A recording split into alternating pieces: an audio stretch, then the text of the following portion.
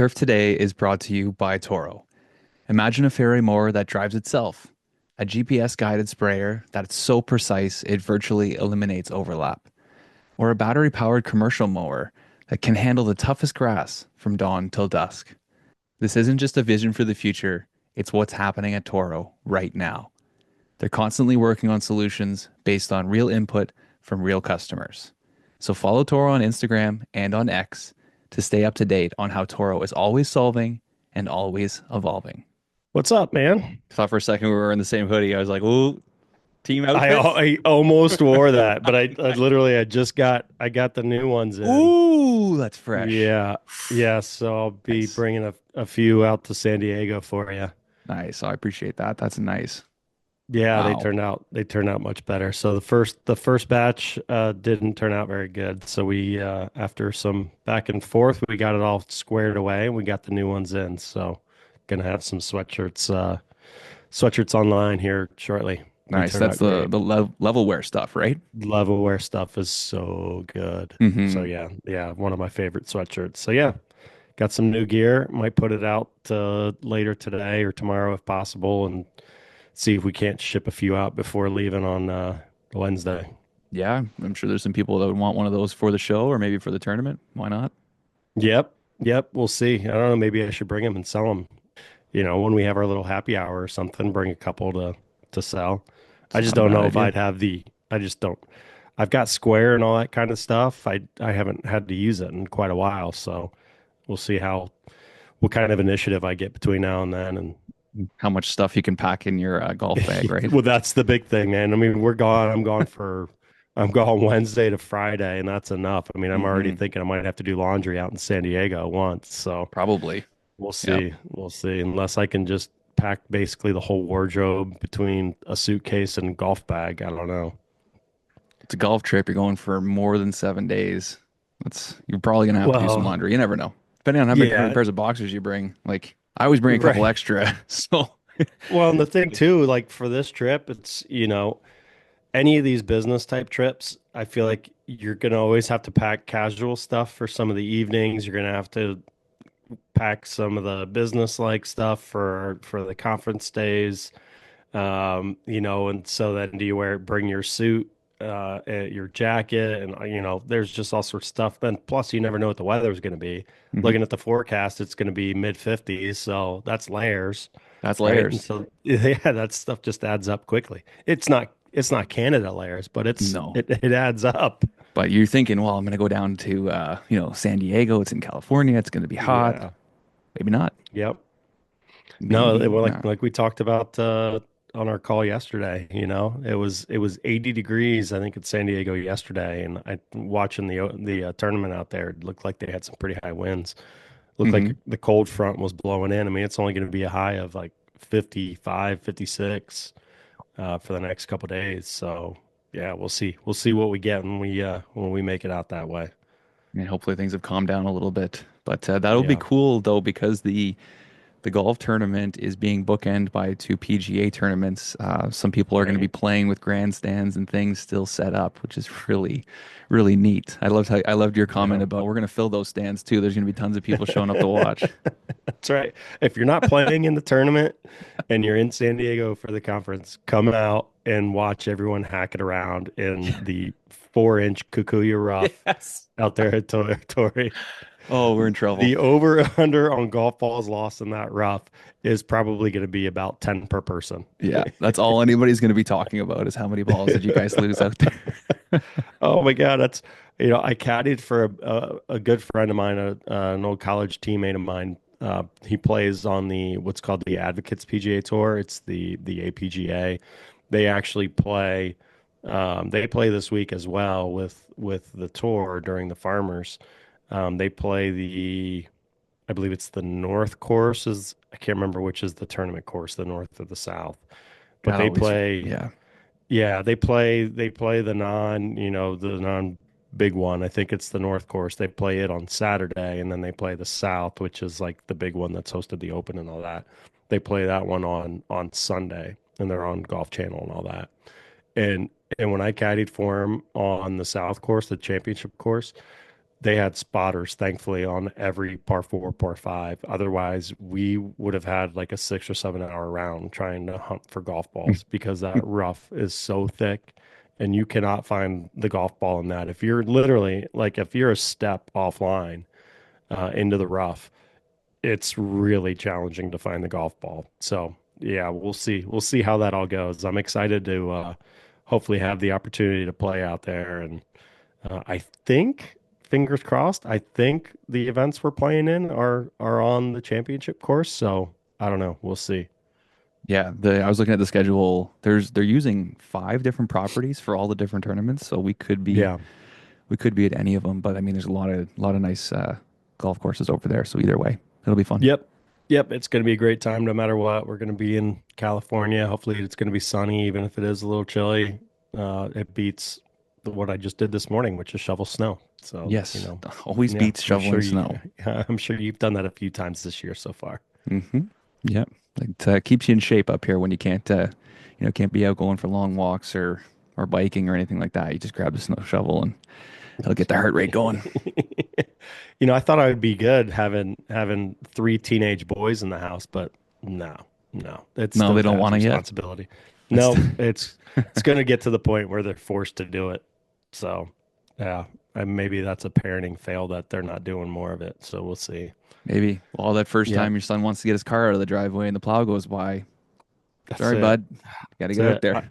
I'm too much of a softie. I went out this morning and blew all the snow off and cleaned off all the cars for my son, for my wife, for myself, all that kind of stuff. I should probably just, the wife's car obviously it's a no-brainer. You got to You do got to that do that one. one. But Yeah. yeah, the kid's car, like, dude, let's go. Hmm. Time to grow up. Well, it's one of those things once he gets older and he gets screwed over with it one time and he's going to be like, oh, my dad is so great. He used to do this for me all the time. Now I'm out here chipping ice off my windshield. That's right. That's right. Yeah, Just a fortunately good for dad. us, we don't get as much snow as you. I mean, we got they had a 2 hour delay this morning.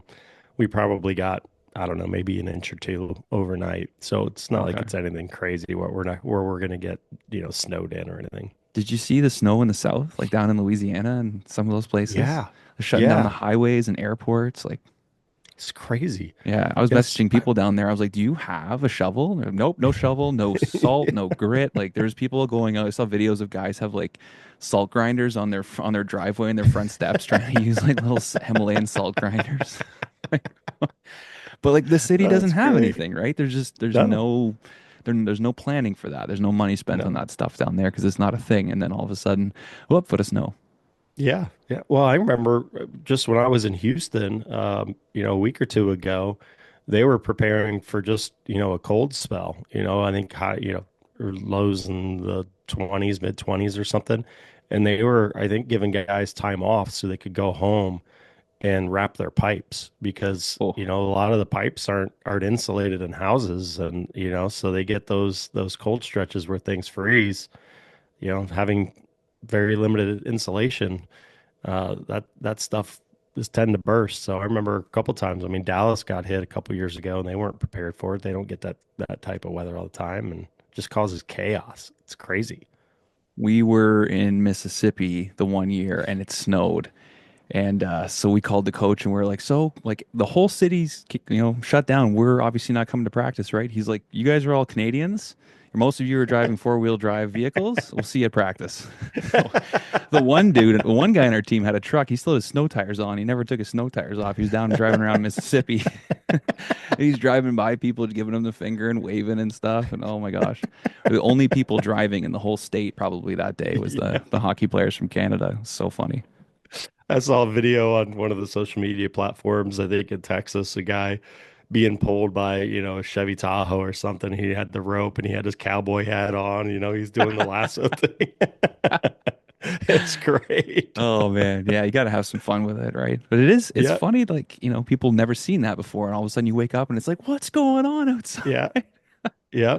I think I saw something from Darren Davis too, where he went up to he must have gone up to his folks' house or something up in maybe Tallahassee and he was walking around in the snow in Florida. It was freaking crazy. Yeah, it's unheard of. Unheard Yeah. of. Lots of Yeah. things going on these days. Lots of different stuff going on.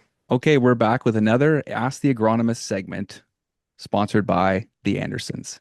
And joining us again is agronomist Ben Pease.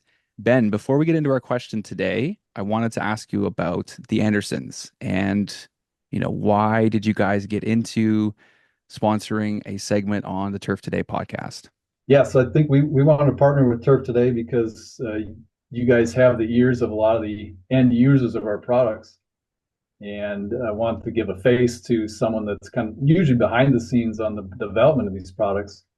And these products usually come from suggestions from end users that are your followers. So I think it completes the circle. They'll know that their concerns are being met, but we're out here to educate them on the process and help some questions get answered, and just put a face to the big Anderson's name, and the face to some of the innovation. Not that it's all mine, but I play a part sometimes. Absolutely. Well, everybody's got a part to play, and like you said, Sure. education is huge, and that's why we wanted to get you guys involved. And innovation is a huge word thrown around our industry right now, and you guys are behind a big part of that. So talk about that for a minute as well. Yeah, so we always like to try to figure out how to add value to the products that you're going to be using every day. So, you know, we're going to go fertilize. Why not put a fertilizer with some humic in there, or some carbon source as well? So we can do two things at once, and create better turf grass, create better soils. So that's a big driver. It just make things more efficient and effective.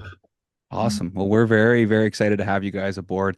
And anybody looking to ask a question or, get something that you've always wondered about answered, definitely reach out to us because we'll be happy to get that answered for you. Our question today comes from Dave Bilecki, our good friend, Voice Talk Dave from New York. He is wondering about checking the mix solution pH. Is that necessary? Well, we're mostly granular, but we do have some foliar products as well. So, but yes, his question's a good one. The general answer is yes. Checking the pH of your spray mix solution is a good thing to do. Now, you don't have to do it every time, but really the main times you probably want to do it is when you're adding something new to the tank. So if it's a product that you haven't used as part of your spray program before, that's a great time to get a test kit or send it off. You really want to make sure that you haven't created some sort of situation in the tank that you're not planning for. So get your water tested too is a good starting point, because water has a big effect on the pH of your spray solution. Those are good things to think of probably at the beginning of the year, the water one, but throughout the year, if you're going to try out a new product, jar test is always great.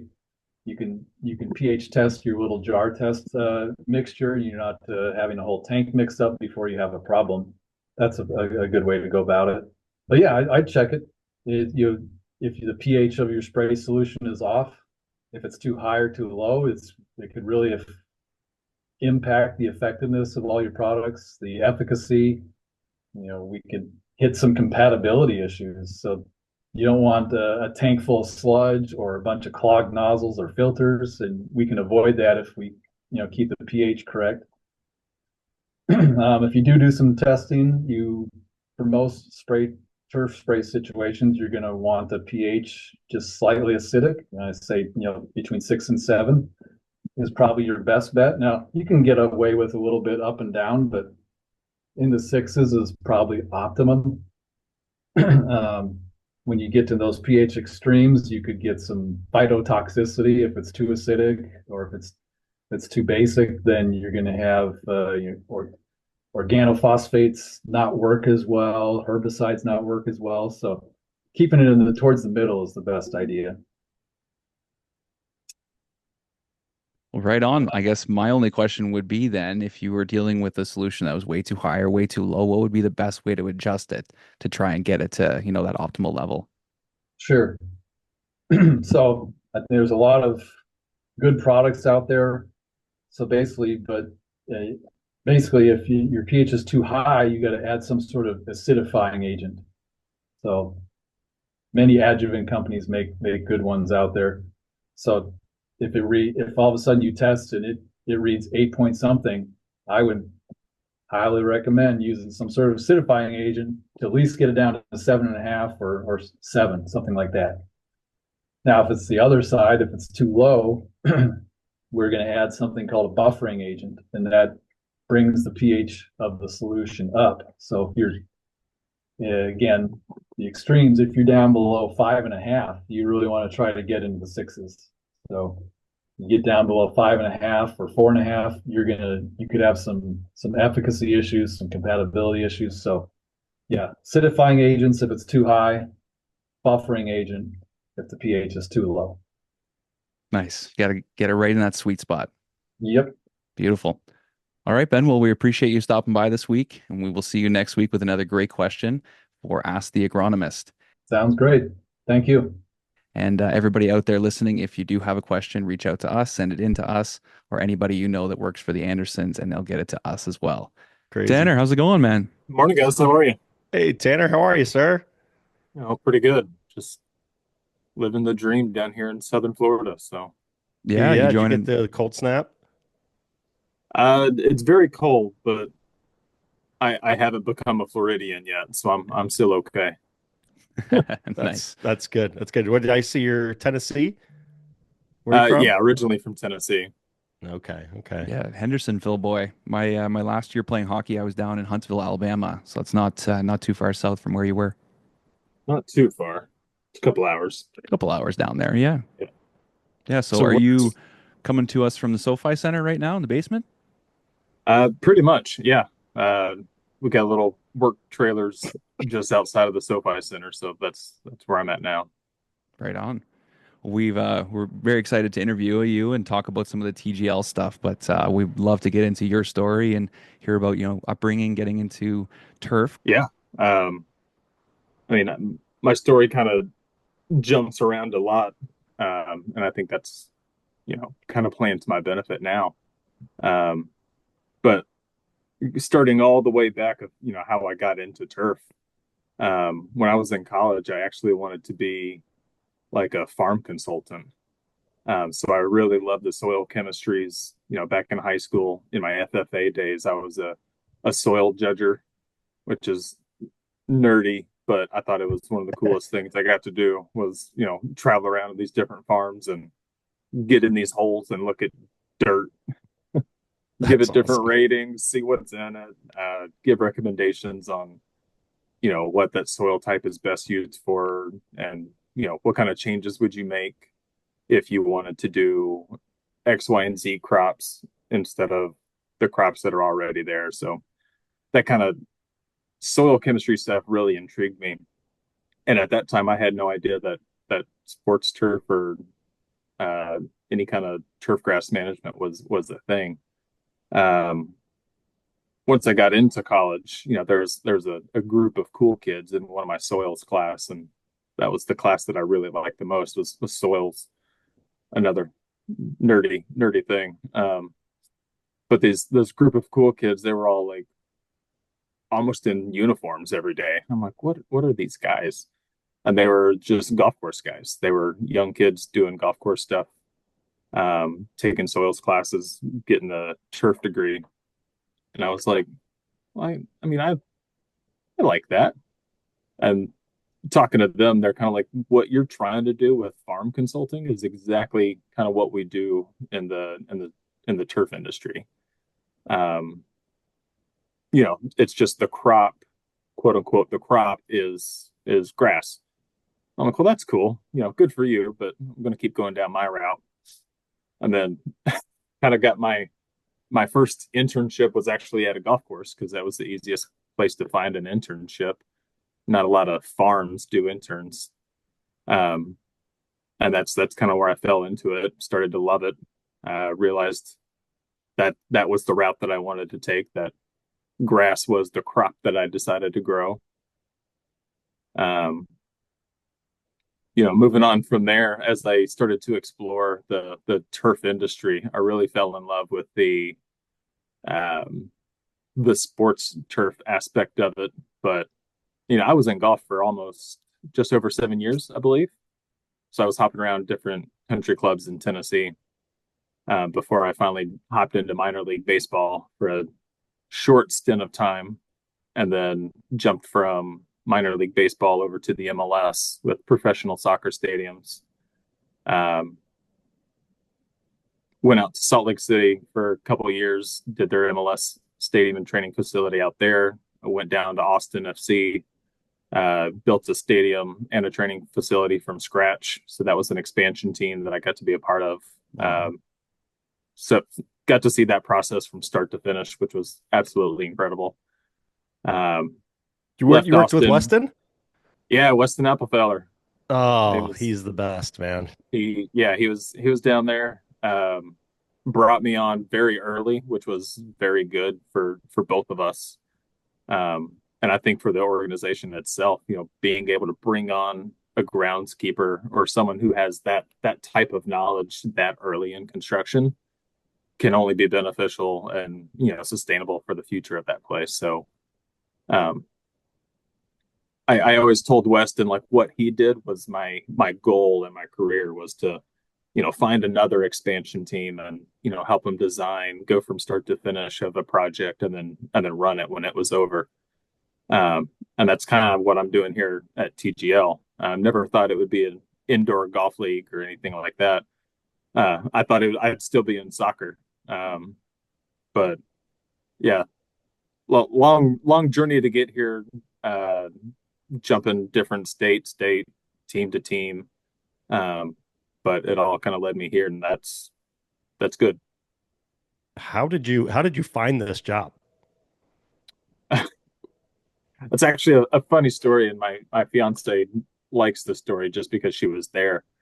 Um, Girlfriend at the time, we were just sitting on the couch watching TV, and she's ranting about something, and I can tell like she was kind of pausing and waiting for me to respond, and I had just gotten an email on my phone, and I looked at it, I was like, I'm not ignoring you, but I need to read this.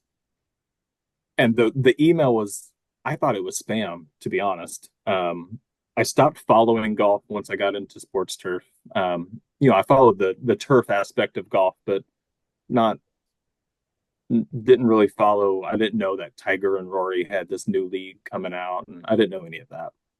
And this recruiter reached out to me and was basically saying, "Hey, this is the general concept. Um, we're looking for someone with golf experience, but also need someone with stadium arena experience, someone that's really good with technology, both general technology and agronomic technology." And your name came up, and I'm reading this email. I'm just like, this feels like spam because I feel like they've just taken like the keywords out of my Instagram or Twitter X algorithm, and they're just throwing these keywords at me. I'm like, there's no way this is real. Indoor golf, real grass, uh, you know, Tiger Woods startup, creating not only a team but an entire league. Um, and so I read that email probably 3 or 4 times, and this was almost 2 years ago. And so I'm like, well, let me Google it and see what I can find. Started to Google it, and at that time there was, maybe two headlines of Tiger and Rory were officially going to do this, but there was no news or information on it. Luckily for me, they did mention that Dr. Trey Rogers, I believe up in Michigan State, was kind of consulting for the league at the time until they could bring on a groundskeeper like myself. And so I was like, well, do you mind if I know Trey enough. Do you mind if I reach out to Dr. Rogers and kind of poke his brain about it? And they're like, absolutely. And that's what I did. And I was very blunt with Dr. Rogers. I'm like, all right, you got to convince me that this is legit. Not only that this is legit, but this can work, right? Uh, they're talking about greens that spin around and move up and down, and tee boxes that go in and out from outside to inside. Like, I've seen technology like that, but are these guys invested to make it happen? And Dr. Rogers was like, this is the real deal. Getting in on it early is going to be amazing for you. And if you can make it work, I would highly, highly suggest making it work. And That's so incredible. I took that leap of faith on something that I knew nothing about, and I'm glad I did because it's been a journey so far. That email didn't like say, you're going to inherit money from a Arabian prince, or, we need your last four of your social security, your mother's maiden name, and that's good. Well, That's that stuff's not in my algorithm, but yeah. nerdy golf indoor stadium with Tiger Woods, that's probably my entire algorithm. With technology, I was like, I'll do it. I'll do it. Sure, why not? That's crazy. So props to the recruiter for this place because she knew exactly what to say and how to say it to get me interested. So keep us going. What is it like? You obviously have to leave your other job and then you make the move. And we know last year there was a little bit of a mishap with the original plans and the original building. So take us through all that. Yeah, so very early on, I was brought in the summer of 23. Yes, summer of 23. Um, at that point, the league was supposed to start January 2024, which, as you alluded to, we did have some issues in, I believe it was first week of November. We had an air supported dome that lost power, you know, big chain of events. Don't want to get too involved in that, but if you Google it, you'll see the photos. Um, Mhm. big dome, and it didn't just come down. It got ripped to shreds. It looked like a tornado went right through the place. Um, and at that time, I was actually inside the building as the dome was coming down, Oh, wow. and it was funny because what you don't see from the photos of that day is um, before that dome ripped. It was filling up with water. It had kind of recessed down and it was filling up with water like a big swimming pool.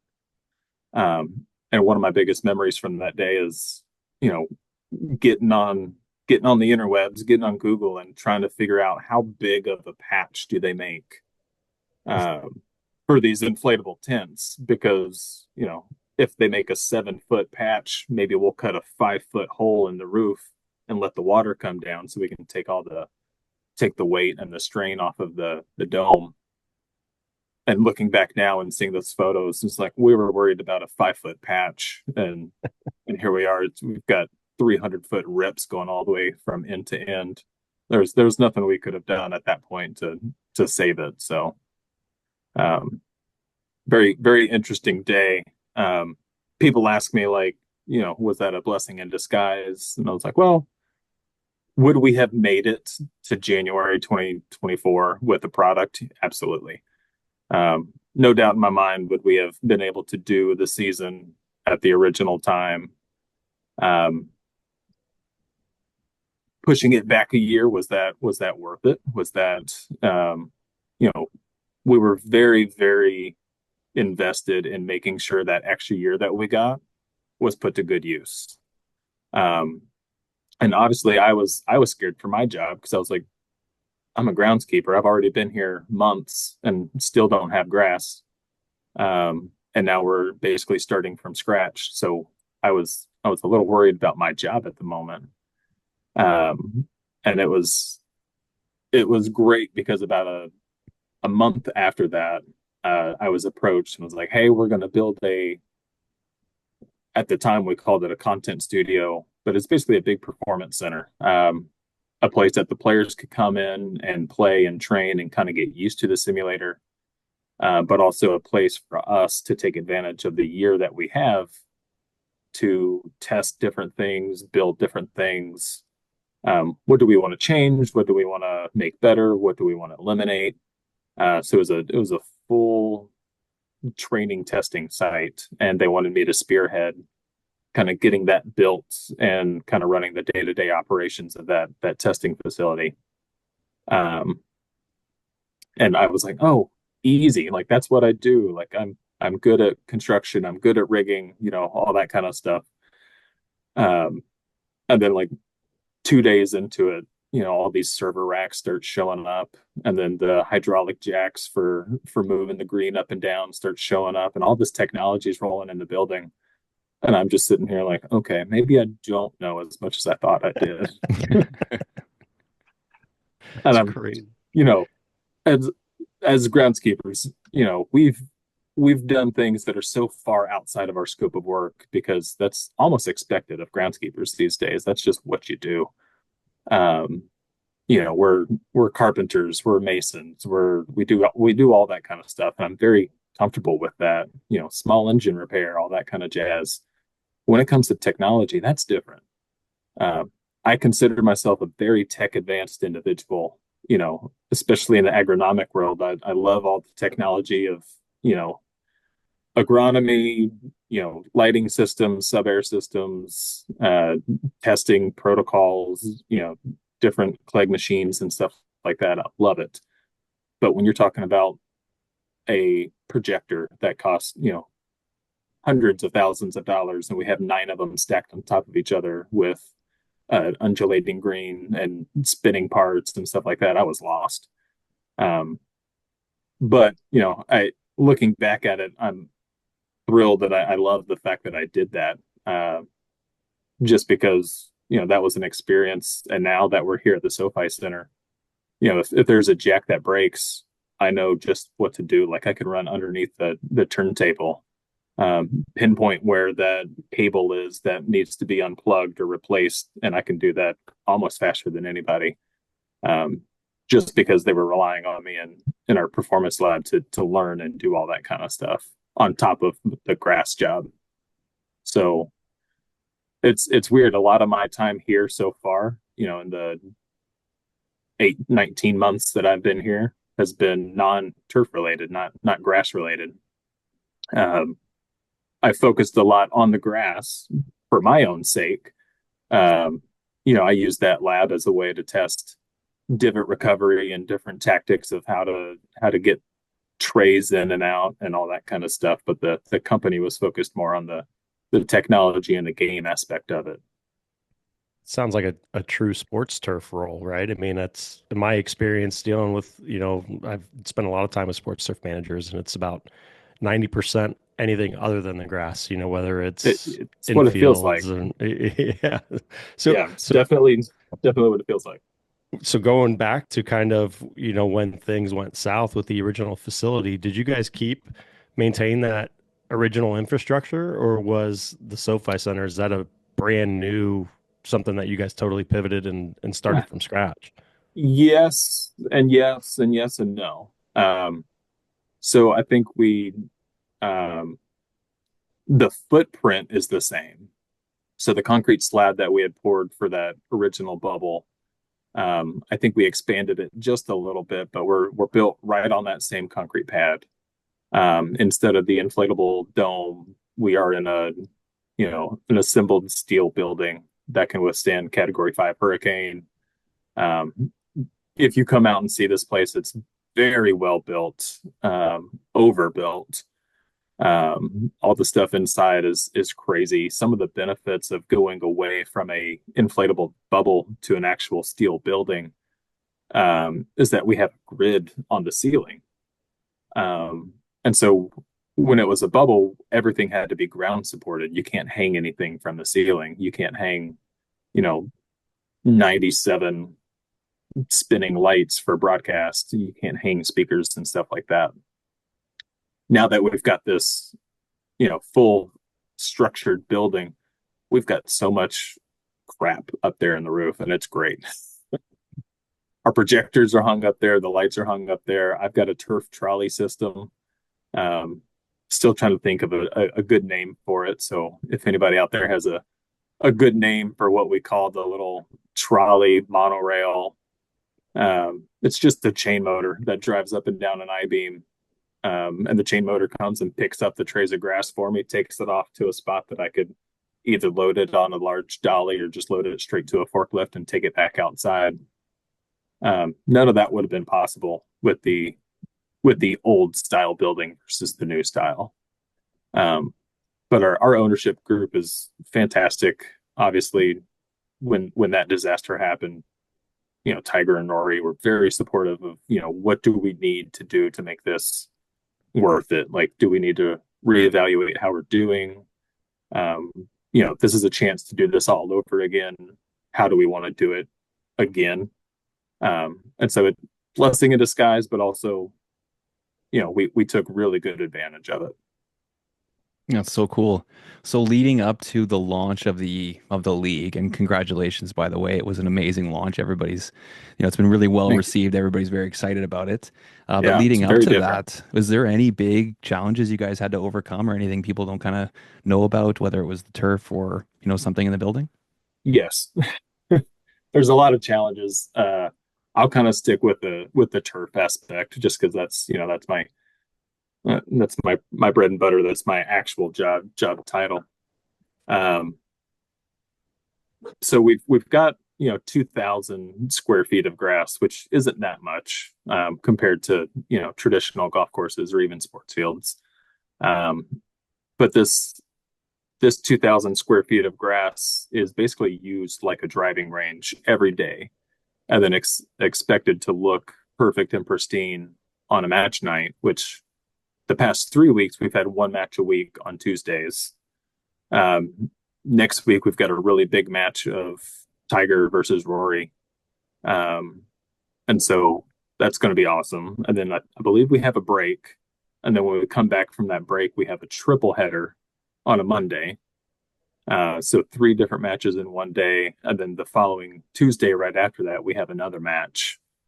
And so, how do you keep this grass looking presentable? Because my goal is to, at the very beginning of each match, it's a brand new, pristine piece of grass that's, fully recovered. There's no divots. Perfect, what we would say, perfect for prime time. But if I'm going through, 12 trays of grass per match is what I feel like we're doing, that's just not sustainable. So, what kind of technology could I utilize to help divots grow in faster? Um, Kind of toured around, looked at some of the local golf courses, looked at their driving ranges. You know, these players are playing a full 15 hole course. I say full 15. TGL league is 15 holes. Um, and they're doing it from these tee boxes that are only 7 foot by 7 foot. And so instead of those shots being spread out across hundreds of acres or thousands of acres, all of those shots are happening on that one of four playing surfaces. We got two roughs and two fairways. Um, and so kind of talking with the players about their divot pattern, luckily these players can place their ball on the fairway instead of drop it. So they almost treat it like a driving range. Well, they'll line up their ball directly behind the divot of the last shot. And, that's helpful and beneficial for me. But our grass farm that we're doing all of in the golf world, our nursery where we're doing the recovery, it's a concrete slab. Um, the grass we're using is the Game On grass with uh, Chad Price out in Carolina Green. He does the Tahoma 31 grown on plastic. And so that's what we're using here. And it just goes straight onto the concrete because we don't want that root system digging into an actual root zone. And so I'm maintaining grass on concrete in southern Florida, which holds water because the concrete company didn't pour it correctly. Oh, jeez. And then if the grass is in the trays at the time and the trays are out there, I think a lot of misconceptions about those trays. I know you've seen them. They're 12 feet tall, but the grass is only in the top 3 inches, and then the rest is just blank, open, empty space. So these nights that we're having here, Brian, you're down here in Florida, right? No, I'm in Ohio. I've Oh, spent a okay. lot of time down there though. I thought you were down here. Right now, I We're wish I having was down there. we're Yeah. having 70-degree days, which is cold for these guys down here. But then at night, if we're getting 45-degree nights, uh, usually soil temperatures don't drop that drastically overnight because it's in a root zone. What I'm basically doing is suspending a piece of sod up in the air. So every time that the ambient temperature drops, so does my soil temperature. every time the ambient temperature goes up, so does my soil temperature, because it's just so open to that open air. So long-winded way of saying, this seems easy. This seems like it should be a no-brainer. Even I said the same thing when I started here. This is a 7x7 piece of grass. I should be able to spend, my 40-hour work week. If I wanted to cut it with scissors and hand pick every little piece of POA out of there, I can, which is correct. But there's just so many new challenges that are arising because of that. And then I think Chad Price put it real well. He was talking to someone about our project, and I was standing there. He's like, a lot of people don't realize the smaller the piece of grass is, the harder it is to maintain, because on a golf course, you have these really nice, $100,000 fairway mowers. They do a really good job.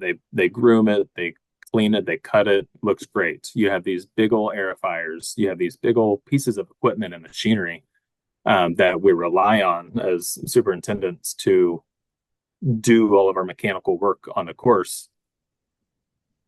You drop that down to a 7x7 piece of grass. Obviously, I'm not taking a big 5-gang fairway mower over it.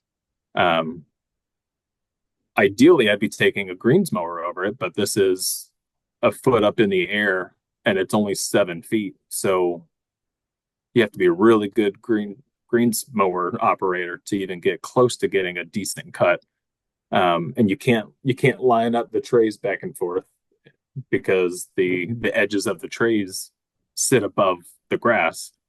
So how do you maintain and keep this professional level of grass on this tiny little piece that none of the traditional equipment that we're used to using is applicable to use for it?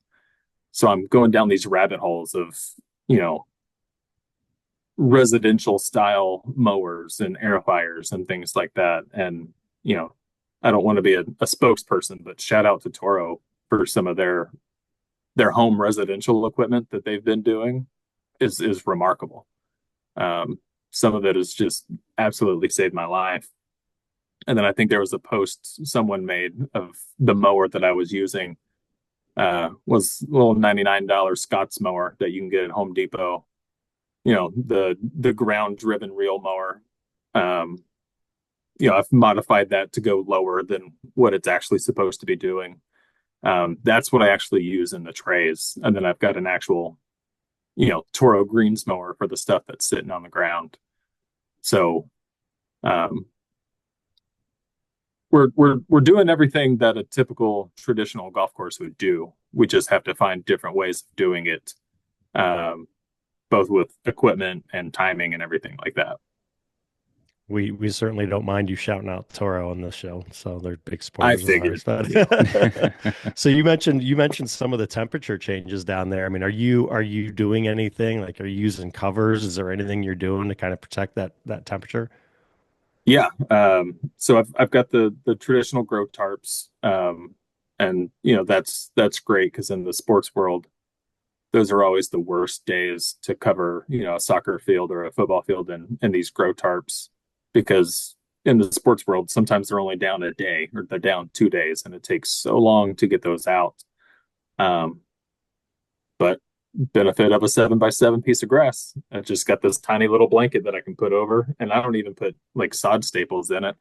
I use just clips, like clothes hangers almost, just clip it around to the edge and I move on to the next one. I do have some grow lights, but they're LED grow lights, so they're not really putting out any heat.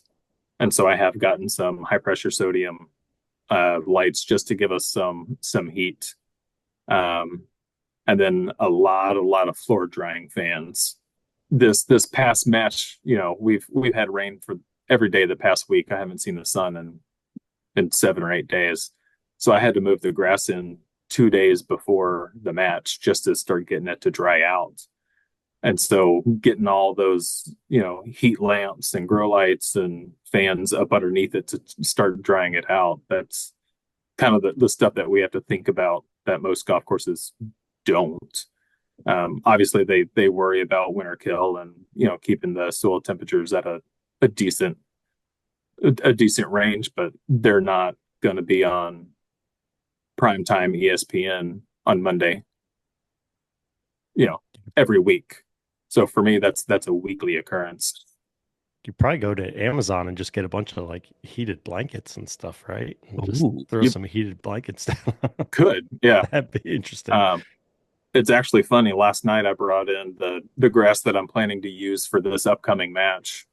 I I pulled my carts out of the little ground shop, the ground storage area that I have, and I just put them all in there, just to keep them a little bit warmer. I was like, it's raining. It's not getting sunlight anyways, so might as well keep Yeah. it warm. Yeah. And if you open the door to my shop right now, there's trays of grass and probably 14 like work light lamps that you buy at Home Depot surrounding it, and then fans going everywhere. And it looks like I'm growing multiple types of grass. It looks a little sketchy in there. Well, if anybody's Uh, checking on you to see if you're doing your work or not, that's a big it, yes. yes, Yeah. yeah, Yeah. yeah, someone is. I mean, that's the other thing thinking about. I mean, you've got the 7x7 pads or whatever, but out of that, they're really only using probably what a 2x2 area. I don't think I've seen a single lefty on the Yeah, in the Good point. matches yet. So I mean, that's really they're standing on the one side of it and they're really just hitting divots out of a real yeah, small they're section really of it. just staying in that front right corner, Yeah. which is great because if I get in a pinch, this season one, all of our golfers are righties. Yeah. So if they just destroy that during a match, we have an intermission after hole nine. I could come in with that chain motor, pick that piece of grass up, and instead of completely swapping it with a new piece, I could just rotate it, Yeah. either 90 degrees or 180 degrees, and boom, they've got a whole nother perfect area of grass to hit off of because they were standing on it the last time. So, yeah, that's very, very beneficial. Well, speaking of working with these players, most superintendents have members in public golf and stuff. You're dealing with some of the top professional golfers in the world. What is that like, especially with guys like Tiger and Rory? Yeah, it's funny because I was actually saying, last night, um, my starstruck habit has kind of gone away just because I've seen these guys so often now. But it's also the amount of prep work that I've done for some of these guys. I wouldn't say is fading, but I'm not losing sleep over, Tiger coming to visit. I think his first visit, I didn't sleep for a week, and I was just here trying to, grind out as much as I could, make it all perfect, Um, but like now we're getting to the point where almost every player has been in and they've experienced it. They've played it. Some players multiple times. Rory's been in here multiple times. Matt Fitzpatrick's been in here multiple times. Um, every time they come in, even on a match night, we're always asking for feedback. This is season one. If there's anything that we can do and change, we'd rather know now versus, season two, season three. Like what is on your mind? And it's very nice because a lot of the feedback that we're getting is good feedback, but it dates back to, a year and a half ago when we were, doing a lab or a test facility of we knew this was going to be an issue. So how do we attack that? How do we address that now before a player, comes in? It's artificial grass if you're not on the tee boxes. So how do we make a player feel like that artificial grass is going to play like real grass? So the amount of testing that we did, and I've shared with some people, but like our putting surface is 7 different layers of material underneath that artificial turf just to make sure the bounce is correct, the roll is correct. If you're trying to spin or check the ball a certain way, it's going to act just like a traditional natural grass green. So the feedback that we're getting is a lot of the complementing that, or it's questions on, why do we have X amount of sand We use sand as our infill. Why do we have X amount of sand in this area and it's less over there? And then we can go back to our tests and studies of, over there, you're actually hitting against the grain of an artificial turf, which is so difficult. With more infill there, it's going to play more like playing into the grain with less infill. So the infills are different, but the playability is the same. And so that's kind of our goal. And we're using all these different data metrics to make sure that we're keeping it consistent, keeping it as playable as possible. But nothing's better than, especially the first time that these players would come through. I think Rory was one of my favorite ones. He walked up and he just slammed like a 310-yard drive, like as a warm up, and he kind of turned around. He's like, "Grass is really cool." And I was like, for that to be like the first thing that he says, I'm like, that's awesome. Nice.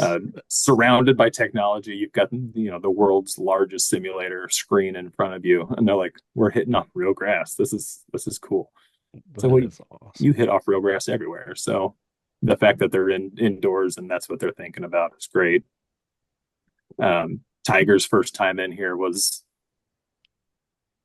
I told you, I feel like I didn't sleep for a week because I was just dying to make sure everything was perfect. I spent so much time on the fairway tee boxes. I spent so much time on the green to make sure it was perfect. And the comment that he made about the grass was he hit a rough shot out of the rough. And then he kind of looked up. He's like, "That was really good." And then he walked away and came back with, like, no joke, he came back with like 10 balls. And in the rough, you have to drop it. And he starts dropping balls into the rough. And I think he talked about the rough for probably 5 full minutes on the rough was so good. The rough was perfect. Like, don't change the height. Don't change the density. Like, this is great. I love the rough. And in my head, I'm like, the rough is the least of my worries. Yeah. Like, the amount of time I've put into this to make sure this is perfect for you. And then you comment on something that I spent 5 minutes on. Like, it's funny, but it's nice to have those moments of like, oh, well, that's what I think the least of right now, just because it doesn't take as much maintenance or work as the rest of the stuff. But that's what he picked to talk about and to fall in love with. So that was an interesting one. I mean, he did like the other grasses in the building, but for him to spend so much time looking at the rough was kind of an interesting thing. Well, that's why we love him, right? Like, he's just such an Right? interesting guy. Yeah. So cool. So I want to know what kind of happens behind the scenes when you watch the production on TV. Everyone's using the same green every hole, and then they break and they go back over to the tee. But when they come back, any sand splash is gone, the holes moved, all that kind of stuff. What's happening that we're not seeing once they get off the green?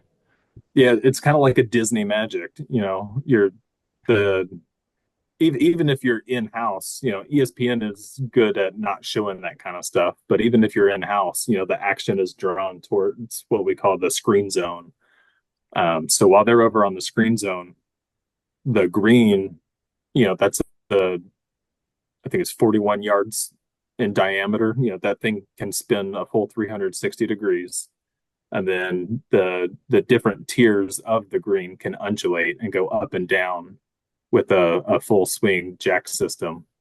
And so every single hole is completely different from the hole that they had just played before.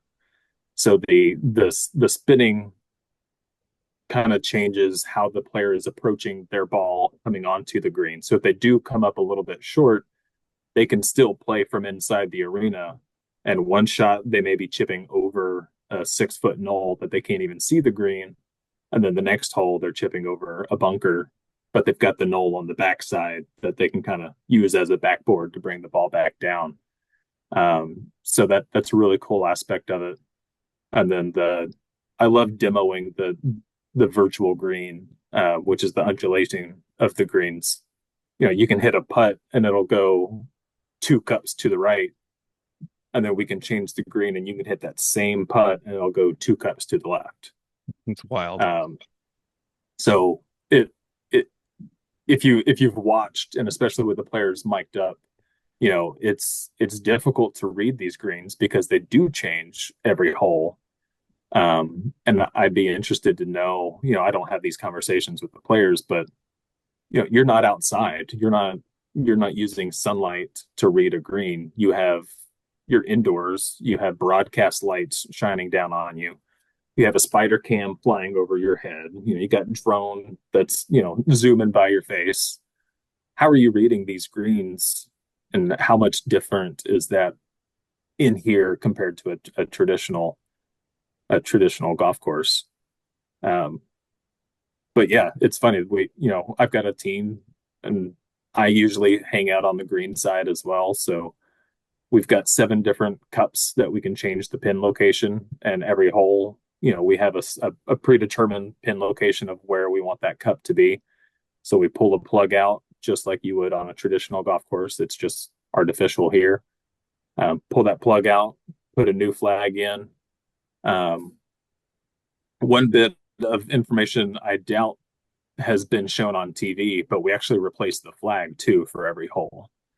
I So noticed every that. hole you did, yeah, Yeah, every I saw hole, him giving away a flag to a kid or something last Yeah, week, and it that's had right. 15 on it. So I yeah, figured you had guys were doing it 15. for every hole. So Yeah. every hole we take off the flag from the previous hole and put on the new flag with the new, you know, hole number on it.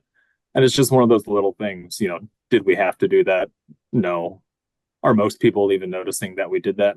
No, it's just a cool little This little bit of touch. knowledge to make it feel more like a traditional golf course, because a lot of golf courses have something like that.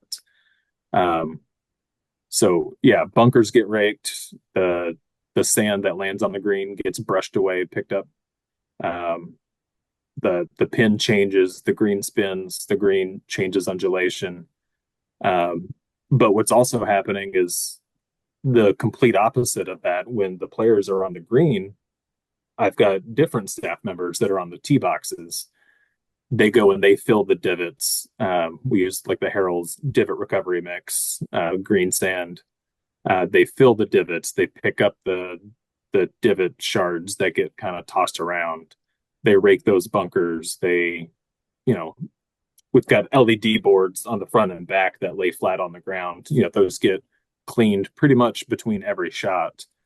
So you don't see that kind of stuff on TV. And once you start to think of it, be like, they've played 15 holes and there's not one divot sitting out there. There's not one piece of, grass trash that's laying on the LED wall. Like what's going on there? And it's like, well, I got a killer staff that runs out there and tries to make it brand new for every single shot. So a lot of behind the scenes work. Yeah. You mentioned you guys brush that sand off. Do you guys have a mechanical brush, or what do you guys use to get the sand splash off the greens? A really good shot brush. Okay. There you Okay. go. Um, I mean, that brings me to another conversation of, going back to our testing. We had my boss had picked a sand before I had even joined. And in testing that sand, I was like, if you sprinkle this sand onto the putting surface, the angles of it and the size of it doesn't go through the grass. So it kind of sits on top. And then if you put a ball over that, the ball starts, it's not a true roll. And so we started a hunt for new sand type. And I was just looking at the finest sands that I could find, but we wanted it to be pure white. And I probably looked just under 40 different types of sand. I had plastic bags all over my office of just sandbags, little Ziploc bags of different sand. And blindly, I chose, uh, it's called SP55. If you Google that sand type, I only know of 2 places that it's used. One's Tiger's backyard, and then the other is a major tournament that most people know about that's played in April. Yep. And so that sand, obviously, it's got a cool background. It's got a cool story. Legendary Golf Course uses it. For our purpose, it's fine enough to where when it hits the green, it'll nestle its way down into the green surface. And if it doesn't, a simple brush will push it down in there. And then post match, we go through with some vacuums, and sometimes we have to kind of like vibe it out. But we clean up all that white sand that had gone into the turf, just so we don't create any hard spots or weird rolls in those areas over time. Amazing. So much science goes into it. I Yeah. wanted to, so you had mentioned season two. Obviously, this is something that's going to continue on. It'll probably grow a little bit. Have you guys talked about there being changes, or does it, want to kind of be the same product and just kind of grow it a little bit? Um, so I feel for the longest time, season two is just something no one's talking about. Um, we need to get through at least the first half of season one, see just how popular it is. Is it going to be huge, huge, or is it just going to be big? So yes, there are conversations on season two. Definitely going to happen. Definitely going to be the same concept of what you're seeing in season one. But the best thing about this company, Tomorrow Sports, which is the parent company of TGL, there's no such thing as a crazy idea. There's no such thing as well, that's too far fetched. This whole thing is a crazy idea. So when Hmm. people bring up ideas, it's very open of like, okay, yeah, let's test it. Let's see what we can do. Um, it's funny because the last 3 weeks that we were in our lab before we moved out and into the SoFi Center, we came up with that idea of that bunker lip that goes up and down. Yeah, that thing is so Um, cool.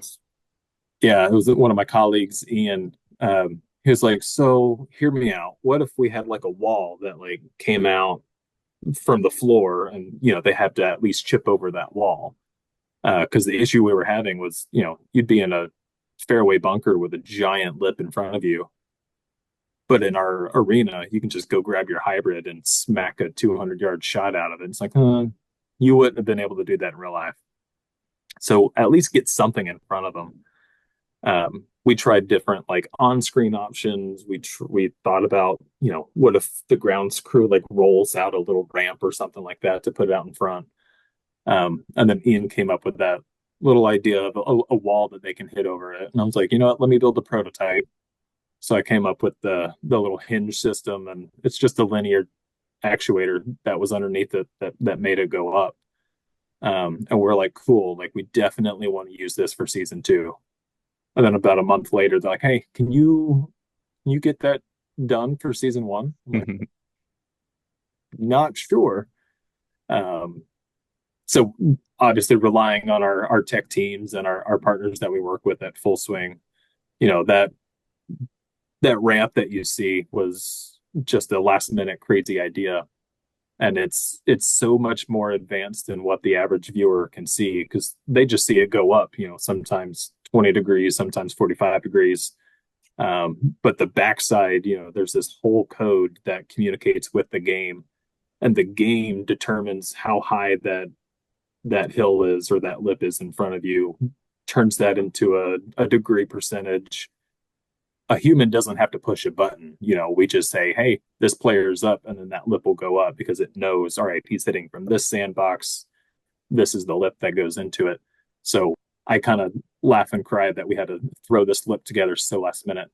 But the real heavy lifting was on the coding side, getting the game to communicate with that lip and tell it exactly what to do and when to do it. But that's just an example of a crazy idea can come up. My turf trolley, that was a crazy idea of like, I don't want to drive a forklift on the turf. Can I just drop it in from the ceiling? Like, sure, let's do that. Go for it. Um, so with that in mind, I think season two is going to be awesome. Um, I can tell you what I would like to see in season two, but I'm just the superintendent. So, you know, Superintendent carries a lot of it, clout though. So it, True. it does, but I'm not the full decision maker on what happens out there. But in my head, I would love for the tee box to also undulate.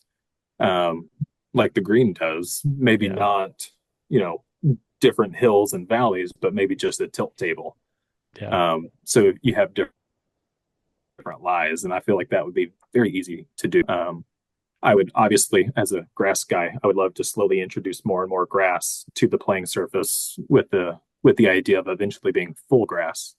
Um, that's obviously not a season two thing, but one can dream that maybe 5-10 years from now we're doing this entire league on a fully natural grass surface, and is that grow lights being the answer? Is that kind of like Las Vegas Raiders, does this thing just slide out the back door and go into the parking lot all week for me to maintain, and we slide it back indoors? uh, so things like that definitely on my mind, definitely on the mind of others that are here. Just what kind of stuff are you going to see and when? Who knows? That'd be amazing.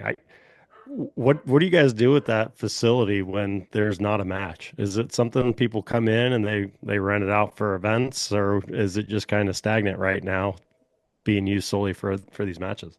Yeah, right now it's very stagnant, and that's on purpose. Obviously, we didn't want to schedule anything in the arena. There are small things that pop in and out, but it's all golf oriented for the most part. Um, we're basically using this arena as an extension of our old labs that we were doing. So after a match, I clean up, I take the real grass out in the tee boxes, I put artificial grass tee boxes in, because we'll spend the rest of the week testing the calibration system, testing the projector colors and their lineup. Um, I mean, we're making changes to the game, what I feel like on a daily basis. Not anything major, but little fixes, and a little fix to a code can completely change it. Um, make it unplayable. So we're using this as a testing facility pretty much all week until the season's over, and then I think we'll start seeing a lot more, um, hopefully, golf related third party events coming through. Um, I can probably tell you though that the extent of our third party events is probably going to be very, very high profile. I don't think this is going to be something, at least not right now, that you can just call up SoFi Center and schedule the tee time with your buddies and play this game. But maybe in the future. Yeah, well, it makes sense. Like you said, you're always advancing, and you're gonna continue on, keep building. Who knows? Maybe one day there's another building on the other side of the states or something like that, and you got to be flying back and forth and managing two properties, right? Yeah. We had a lot of questions come in from the community to you, and then to be honest with you, Tanner, you did a fantastic job of covering a lot of stuff. Most of the questions got answered here, which was really cool. One person even asked, "How do you sleep at night?" So it was cool to you covered that. I don't. But no, if there was anything that you want to talk about, this show is going to have your name on it. So if there's something you wanted to plug or something you wanted to talk about today, you're more than welcome to. I mentioned in my questionnaire with you guys, and it's a conversation that I feel like the past 8-9 years I've been in the sports world, and at all of our conventions, people are saying, we're all obviously sports turf managers, but there's no golf guys there, and then vice versa at the golf conventions, there's no sports guys there, for the most part. There's one-offs here and there. Back when I was in golf, there was almost a mindset that the golf guys looked down on the sports turf guys. Um, and I was one of them because I hadn't done sports turf before. But in my head, I'm like, oh, we've got 1,000 acres of perfectly manicured grass, and then that sports turf guy over there has 2.5 acres on a football field. Like, how, that must be the life. He's taking care of 0.1% of what I'm taking care of. How hard could that be? Um, very hard, by the way. Um, but I don't want to get into those specifics, but we all have the same end goal. And if you don't have this end goal, then maybe you're in the wrong career. But our goal should be providing the best playing surface for our players as possible. In the golf world, obviously playability is huge, but aesthetics is also just as big. You don't want a golf course to look like garbage. And then in the sports turf world, player safety comes a lot more into the conversation that it doesn't necessarily always come up in the golf world. But um, the the divide that we have of sharing information is I think is crazy. I'm really good. I feel like with I call it my turf Twitter, even though I know it's X. It's always going to be Twitter to me. Yeah, Um, same.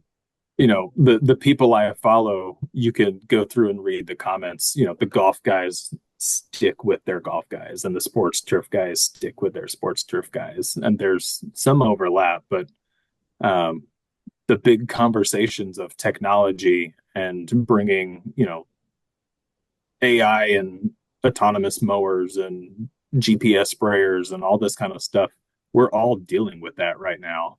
We're all dealing with the shortage of highly well trained groundskeepers. Hiring is a mess in the groundskeeping world. We're both dealing with that. Why aren't we communicating with each other? Why aren't we, working with each other to do that kind of stuff? And I like guys like yourself because you guys are kind of getting the word out, talking about it. Um, just the industry as a whole, but the industry is changing. It's gonna pretty soon. It's gonna rapidly start getting a lot younger than what it is. And then the technology that's being introduced isn't futuristic anymore. Like it's here. We've got drones that are now spot spraying, you know, 2,4-D on fields and golf courses and stuff like that. So the learning curve is about to start getting really real between the old school groundskeepers and the new school groundskeepers. And I think now's the time that that divide between sports turf and golf should should start to fade. At least I hope it does. Um, I don't know if y'all have opinions or if y'all have heard any of the same stuff that I've heard about, those types of differences. But like I said, end goal is always the same. Yeah, like I said, I mean, I've spent a lot of time, and we mentioned Weston earlier. I was managing one of our local Ohio Sports Field Managers Association, and we had that conversation quite a bit of, more so just why isn't there more interaction? And I agree. I mean, I think there is a lot of overlap. Obviously, the games played on the different fields are much different, and some of the expectations, or maybe expectations isn't the right word, but just kind of playability aspects of the certain fields might be a little different. But I agree. I mean, at the end of the day, you're trying to provide the best possible conditions for whatever your field Right. is, and you are, like you mentioned at the very beginning, you've got a very similar crop. So there should be, I think, a little more collaboration as well. So no, Yeah. I'm glad you brought that up.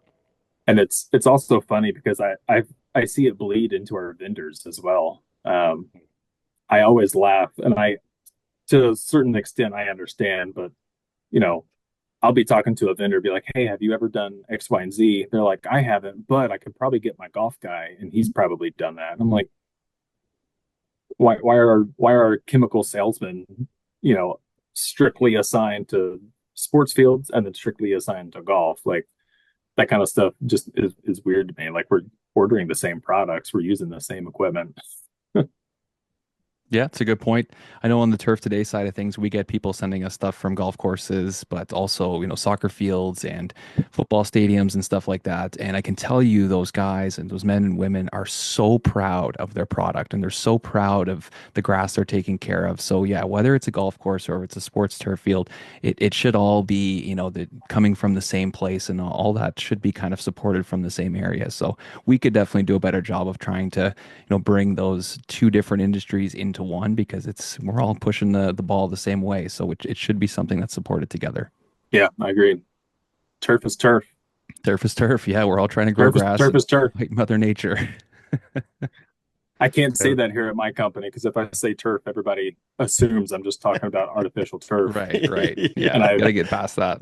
I'm that guy that I don't like saying grass. So it's turf. It's like, oh, but I thought you were talking about the real stuff. I am turf.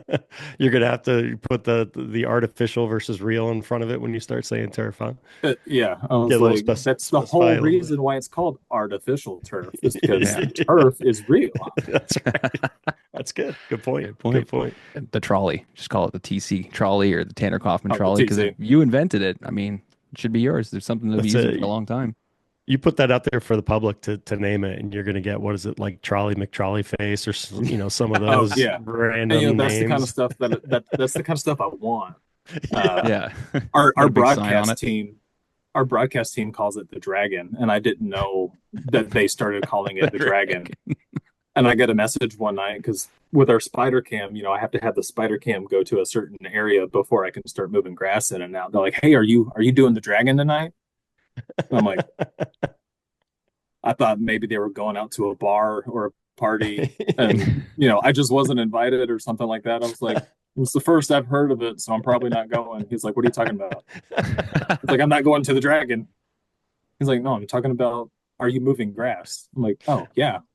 Or are you talking about a dragon? He's like, "That's what we call it." I was like, "No, we're not calling it the Dragon." We're not calling it the Dragon. I love it. I love it. Well, it sounds like something Adam can help you out with and put a little survey out on Turf Today. Get Hmm. some Yeah. get some feedback on. We'd love to come down and visit you at some point. I know we'll be in Florida a couple times this year, so if we could come and see you, maybe get some behind the scenes, that'd be really cool too. Yeah, you got my contact, so drop by Perfect. anytime. Perfect. I'll Awesome. be down there in just a little over a month, so I'll hit you up. Be cool to see it in person. Yeah, it's wild seeing in person. So I highly encourage you. Awesome. Awesome. Well, this has been great, Tanner. Thank you so much. Appreciate you joining us and sharing the insides of what happens down there at the SoFi Center. It's really, really interesting. Yeah, thank you guys.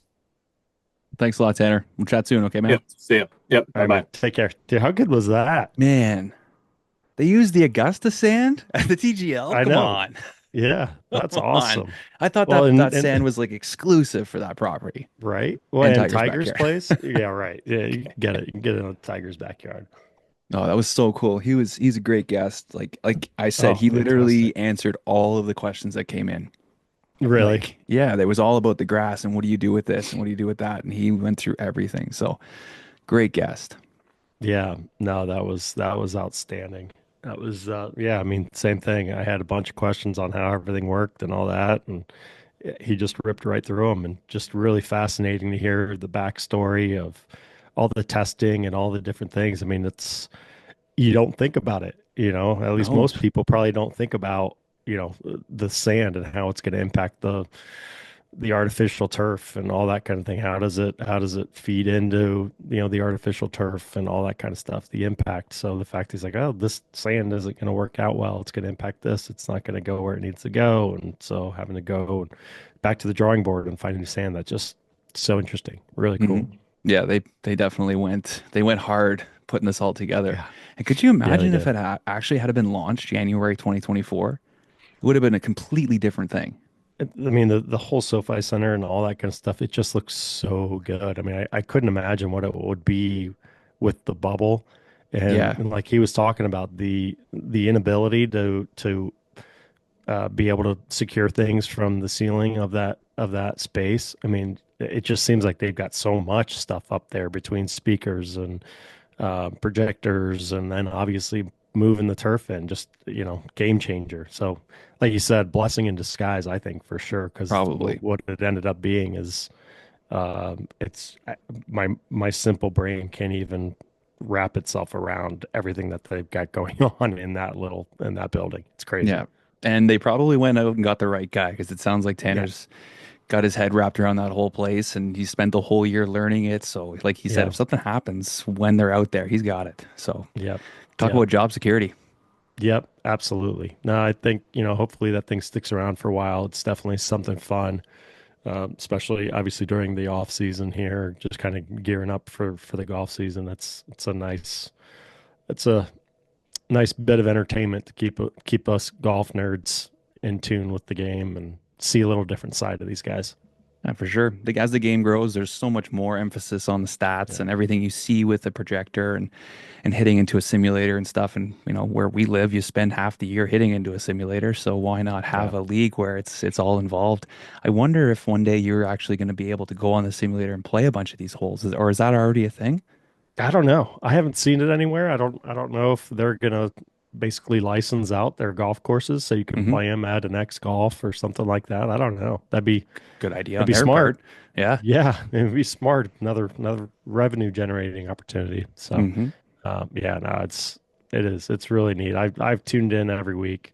I know I get a kick out of watching it. So I know the first couple matches have been blowouts and all that. So I'm looking forward to when we get to see a match that's really close. Yeah. It'll be nice. And the Hammers, in fact, I think they said it was Yeah. Monday coming up, Rory and Tiger. Because it's Yeah, I usually think Tuesday, but I think it's different this yeah. week.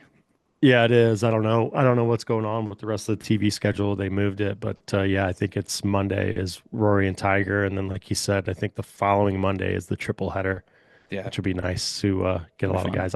I just wonder. I mean, some of these players, especially this week, they played on Tuesday night, and then this week with the Farmers, it was a Wednesday start. So I'm wondering if these guys fly back home or into Florida, playing it on Tuesday night, and then just jump on a plane and head to the next event or what. I don't know. I Yeah, don't know how that's just working another right now. stop for those guys, Yeah, eh? right. Like, Yeah, well, yeah. When you're on a private jet, whatever, it's probably not as bad. But hmm um, yeah, I don't know. I wonder how that's working. I haven't exactly checked out the actual PGA Tour fields to see if some of these guys are jumping straight into the events after playing here. Because I got to imagine that's got to be tough, right? Oh You yeah. see some of the shots that they're hitting on these simulators. You see, obviously they've done a really good job of testing and making sure the artificial plays just right, but it's still a little different, right? It's hmm still going to be a little different. So I wonder if that's a struggle maybe for some of these guys that go and they play Tuesday night and in the Sims and their irons may not be flying the same distances that they're used to or whatever it may be. I wonder if that's been a challenge for some of these guys that have played. It's always nice to have an excuse when you're on the golf course, though. Yeah. You know, Yeah. guys, Yep. I was at TGL yesterday. Come on, Yeah, what do you that's right. expect? That's right. That's right. Trying to Yeah. hit over the lip. Yeah, that's it. That's it. How cool is that though, too? I mean, he just says the lip was just a random idea, like, hey, Yeah, this is weird. They're in a fairway bunker that would have a 6 foot lip in front of them. We got to have something for them to hit got to do over. So he something. just, yeah, Yeah, so they just go in and they tinker with something, and sure enough, yep, that's what we're gonna do. yeah. It's so So I think freaking that cool. stuff like that over the next couple of years, you're just going to see it integrated in, and they're going to Yeah. keep improving it. Yep. Wow. I always have the fear, if they did something like that for us at X Golf or, one of those other indoor simulator places, you get that lip right in front of you. I mean, everyone else in the building needs to watch out because They put a mouth guard on or something. that's it. I'm in it straight into it. That's the real game.